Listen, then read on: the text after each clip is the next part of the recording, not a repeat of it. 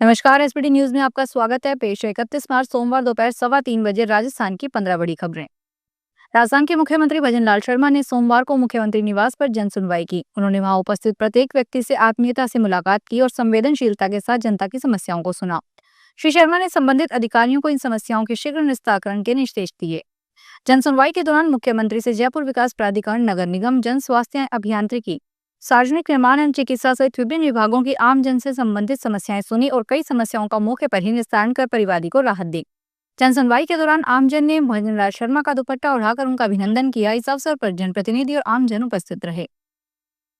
अमेरिकी राष्ट्रपति Donald Trump Bharat के किसानों के लिए नई चुनौती बनते जा रहे हैं। अमेरिका चाहता है कि भारत उसके किसानों से मक्का, गेहूं, कपास और मकई के खरीदे, लेकिन भारत ने अपने किसानों के हितों की रक्षा के लिए इस प्रस्ताव को ठुकरा दिया है। हाल ही में अमेरिका के वाणिज्यिक सचिव हॉवर्ड लुटनिक ने भारत की कृषि व्यवसाय नीतियों की आलोचना करते हुए कहा कि भारत को अपना एग्रीकल्चर मार्केट अमेरिका के लिए खोल देना चाहिए। उन्होंने सुझाव दिया कि भारत कुछ मात्रा में अमेरिकी कृषि उत्पादनों का आयात कर सकता है, लेकिन पूरी तरह से इनकार करना सही नहीं है।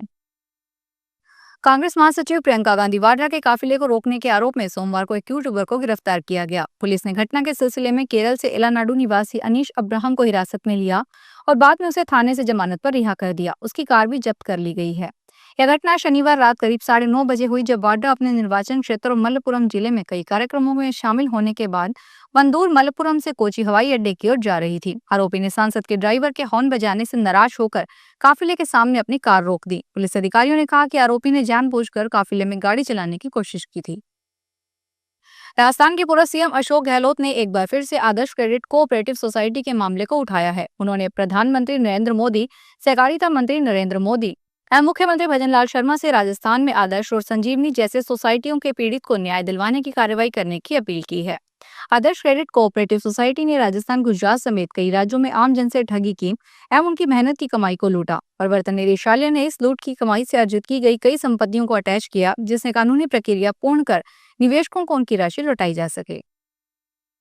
करौली में कैला देवी चैत्र नवरात्रि मेले के दौरान राजस्थान रोडवेज की बस सेवा पूरी तरह से ठप हो गई है। रोडवेज कर्मचारियों ने ओवरटाइम और ड्यूटी भत्ते में कटौती के विरोध में हड़ताल शुरू कर दी है। करौली रोडवेज बस स्टैंड प्रभारी शिवदयाल शर्मा के अनुसार मेला क्षेत्र में बसों का संचालन पूरी तरह से बंद है। कर्मचारियों ने मेला ड्यूटी के दौरान 24 घंटे काम कर रहे हैं, लेकिन उनके ओवरटाइम और ड्यूटी भत्ते में कटौती की जा रही है। कर्मचारियों की मांग है कि पूर्व में लागू व्यवस्था को बहाल किया जाए।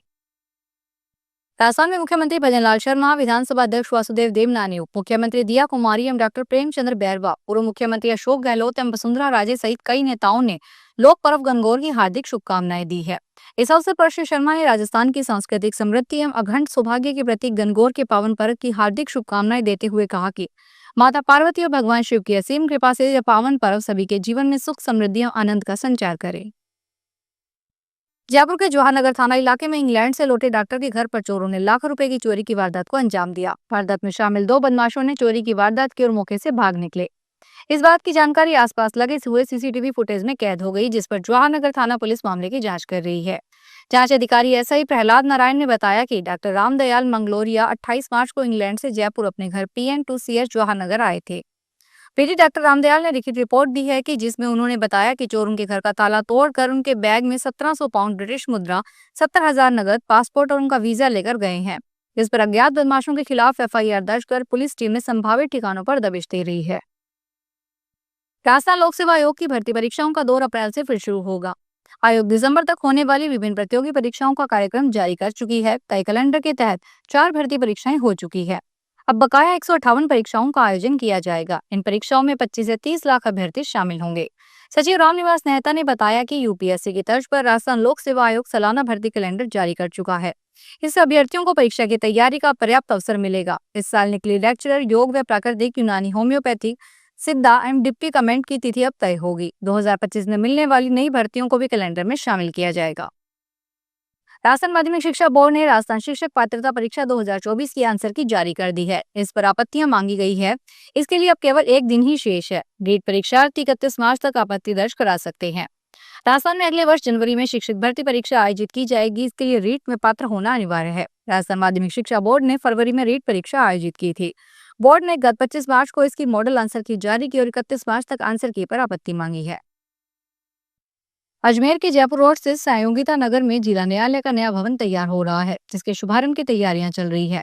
मुख्य भवन में 54 कोर्ट हैं और यह G+5 मंजिल है।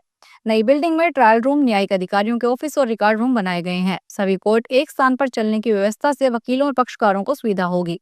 अदालतों में सेंट्रलाइज AC, CCTV कैमरे, 7 लिफ्ट और फायर फाइटिंग सिस्टम लगे हैं। अधिवक्ताओं के लिए 78 चैम्बर शामिल है और बेसमेंट में पार्किंग की सुविधा है। पार्किंग विजिटर के लिए भारी क्षेत्र होगी। निर्माण में लगभग 5 साल की देरी हुई है। अलवर के ट्रांसपोर्ट नगर में घटिया सड़क बनाने पर ठेकेदार प्रवीण चौधरी को सोमवार को लोगों ने घेर लिया। भीड़ इतनी आक्रोशित थी कि हाथापाई की नौबत आ गई। नगर निगम के कमिश्नर और अन्य अधिकारी भी मौके पर आए। आमजन का आरोप था कि मिट्टी के ऊपर ही सड़क बना दी गई, जो जल्दी टूट जाएगी। पार्षद हेतराम यादव पर कमीशन का आरोप लगाया गया है, जिससे उनका भी गुस्सा फूटा। यादव ने बताया कि 4 करोड़ 61 लाख रुपए का काम दोनों मंत्रियों के सहयोग से मंजूर हुआ था, लेकिन घटिया काम होने पर ठेकेदार ने रोकने पर भी नहीं सुनी। भीड़ ने 30 मिनट तक विरोध किया और ठेकेदार से शिकायत की, लेकिन कोई सुनवाई नहीं हुई। कोटा रेल मंडल के डकनिया तालाब रेलवे स्टेशन के निकट रेलवे की भूमि पर अतिक्रमण कर बनाए गए करीब 300 से अधिक मकानों पर बुलडोजर चलेगा।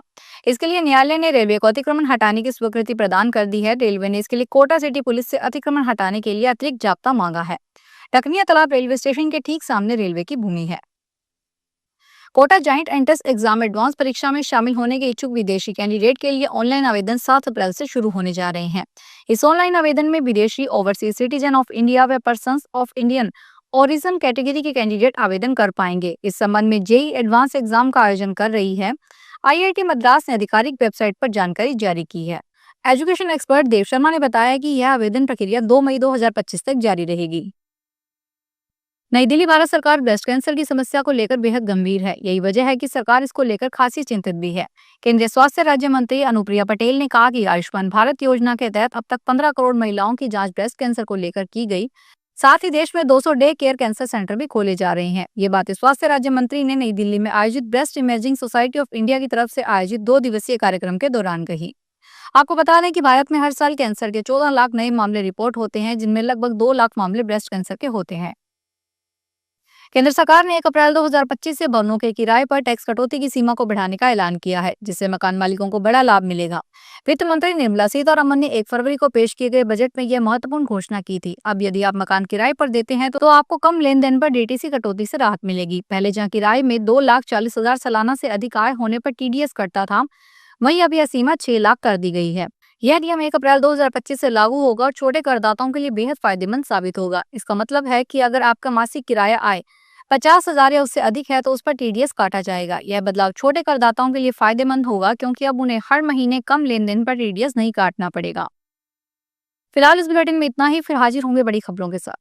अगर आप भी अपने आसपास की छोटी बड़ी और महत्वपूर्ण खबरों से अपडेट रहना चाहते हैं तो सब्सक्राइब कीजिए हमारे चैनल SPT न्यूज को और प्रेस कीजिए बेल आइकन पर।